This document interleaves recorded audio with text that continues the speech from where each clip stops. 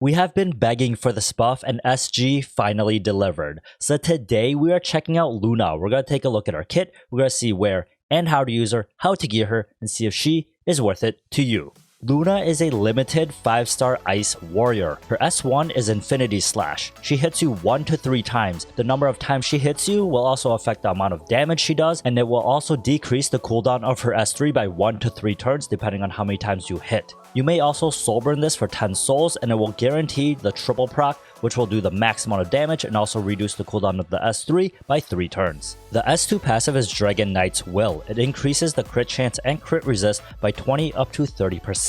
Her attack is also increased by 20 up to 30% if her health is above 50%. If her health is below 50%, instead it increases her defense by 20 up to 30%. And now her S3 is Ragnar's Spear. She jumps into the air, throws a freaking spear at your face with an 80 up to 100% chance to defense break for 2 turns. It also penetrates the target's defense by 50% and attacks with an advantageous element. If you defeat an enemy with this S3, you will also get 5 souls. This skill alone also gives 5 souls, unlike the regular 3 that you would get from an S3. Notice that the S3 also has a 10-turn cooldown, but you have to remember that the S1 decreases the cooldown of the S3. Now Luna also has an exclusive equipment which increases the attack by 7 up to 14%. The first EE will grant you 15% combat readiness when you attack with the S1. The second EE will add a decreased attack effect on the S3. And now the third one will grant you an additional turn if you are able to kill with the S3. The pros and cons to Luna. The strength to her is that she is an insanely strong single target nuker. Her S3 ignores 50% defense and her S1 has an insanely high damage multiplier if you are able to hit all 3 hits. Her S2 passive also adds a lot to her offensive stats because it gives her the attack and the crit rate, but not only that, it gives her defensive stats because she has the increased defense and the crit resist. With the right combination of equipment, she is able to snipe 2 targets right away because she just does so much damage. Her kit is also super versatile, which allows you to do a lot of different builds with her, which makes her really fun to play with. Now we've heard very good things about Luna, so what are her weaknesses? Her biggest weakness is that her S1 is RNG. She hits 1 to 3 times. Of course, now you can soul burn it, so you can guarantee the triple hit, but if you only hit once, the damage is quite low. With a double proc, the damage is pretty decent, and with a triple proc, the damage is super crazy. And now her other weakness is that she is a single target nuker, so anyone who is stealth, such as, S10A, Landy, T-Cern, and that, she's gonna have a lot of trouble killing because, well, she can't freaking hit them. Now, where do we use Luna? We can use her in PvE. She does work in Wyvern. She does a lot of damage and she is ice. The bad part is that she does not land any debuffs, so you're going to have to back her up a lot with the rest of your team. And she also works in the Fire Expedition because number 1, she does a lot of damage, and number 2, she does have a CR push if you use the correct EE, which does prove to be very useful because of how the mechanics work in that specific expedition. Now in PvP, where can we use her? We can use her in Arena Offense. She is not a cleaver, but she is a very strong single target nuker. Again, she blows people's freaking faces off. Now, even though you are sniping only 1 target at a time, you can pick people off quite easily because of just how much damage she does with the correct team. In Guild War offense, you can do pretty much the same thing. Guild War defense might be a little harder to use there, but if you have a very niche build, you can catch people off guard and just take them out very easily. Now in World Arena, it's a little iffy depending on what rank you play at and what build you decide to put on her. Depending on your rank and depending on your build, she could work or she could not work, but she is still usable.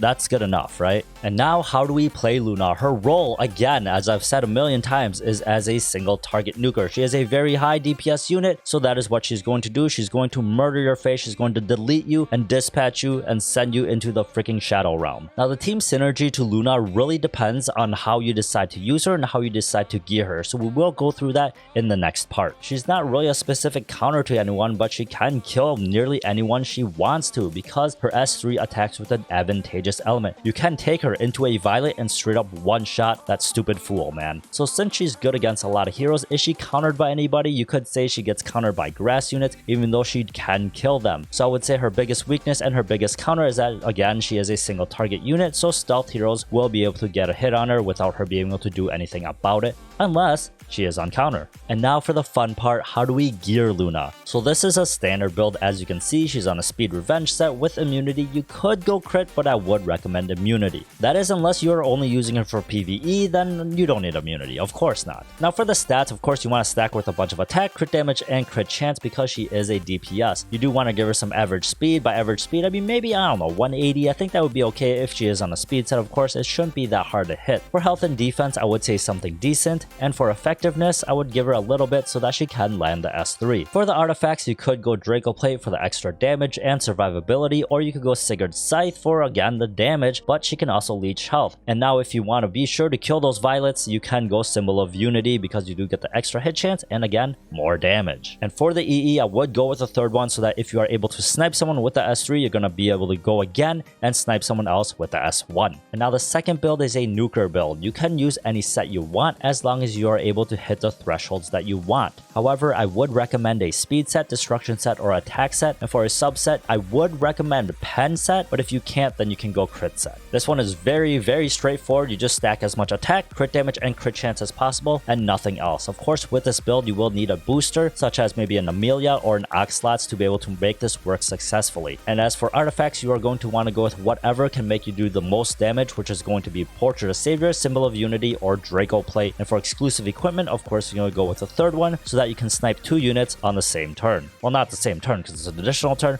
but so you know what I mean. And now the third build is a build I really like, and I ran this for a very long time before she got her buff, and this is the Degen build. Of course, you have to run her on a counter set and with immunity so that she can survive. You are going to stack a ton of attack, crit damage, and crit chance as usual, but you are also going to need a decent amount of health and defense so that she can survive. If you want to use this build, you have to run Sigurd's Scythe so that she can leech the health back when she counters if she is on low HP. For exclusive equipment, of course, you are going to want to run the first one because you will get the CR push every time she counters with the S1, or you can run the third one so she does get the extra turn if she kills with the S3. If you want to run this Degen build, I do recommend running with some other tanks alongside with her, because then people are most likely going to target her, and when she counters, she is going to rip their freaking faces off. I guarantee it, man. And now the fourth build, which is what I am currently using on my Luna, and I freaking love it. It is a speed build. Of course, you are going to put her on a speed set and pen set if possible. If you cannot run pen, then you can run a crit set. For this build, of course, as always, you have to stack a ton of attack, crit damage, and crit chance, but you're going to go full speed. You want to go as fast as possible while still being able to maintain enough attack stats to be able to one-shot somebody. For artifacts on this, you are going to use Symbol of Unity. That is the one I recommend, but if you do not want to use that, you can use Draco Plate or Portrait of Saviors. And for the exclusive equipment, of course, you want to run the third one so that when you one-shot somebody on the first turn, you are going to be able to one-shot somebody again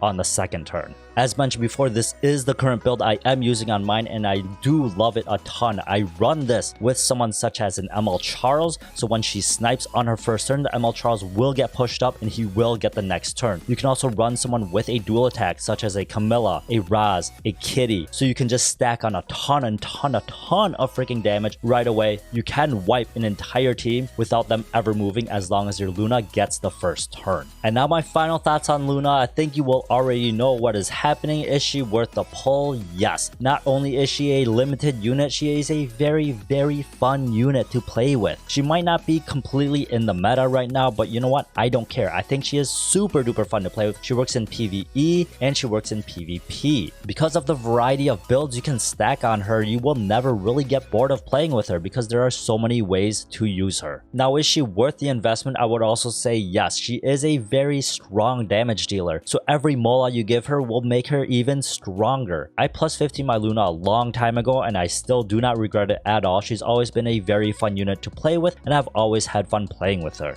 And now finally, the waifu rating. Is she waifu? I think you could have expected no less from me. Of course, she is freaking waifu. She is everything you would want in a waifu. She is a dragon waifu. She is wearing some clothes. She has a giant spear. She has giant other things. There's really nothing else you could ask for. She is nearly perfect.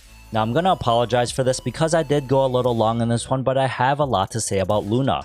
I've always loved her as a hero and she's very fun to play because of how versatile she is, and she will change depending on how you decide to gear her. She's always been a fun hero to have around because of that reason, and not only that, she's very fun to look at. Like, you can't complain about that, right? So if you have any questions, please leave them in the comments below or join the Discord and we'll try to help you out. But I hope you guys enjoyed this. If you did, please like and subscribe. Thank you for hanging out with us, and I'll see you guys next time, man.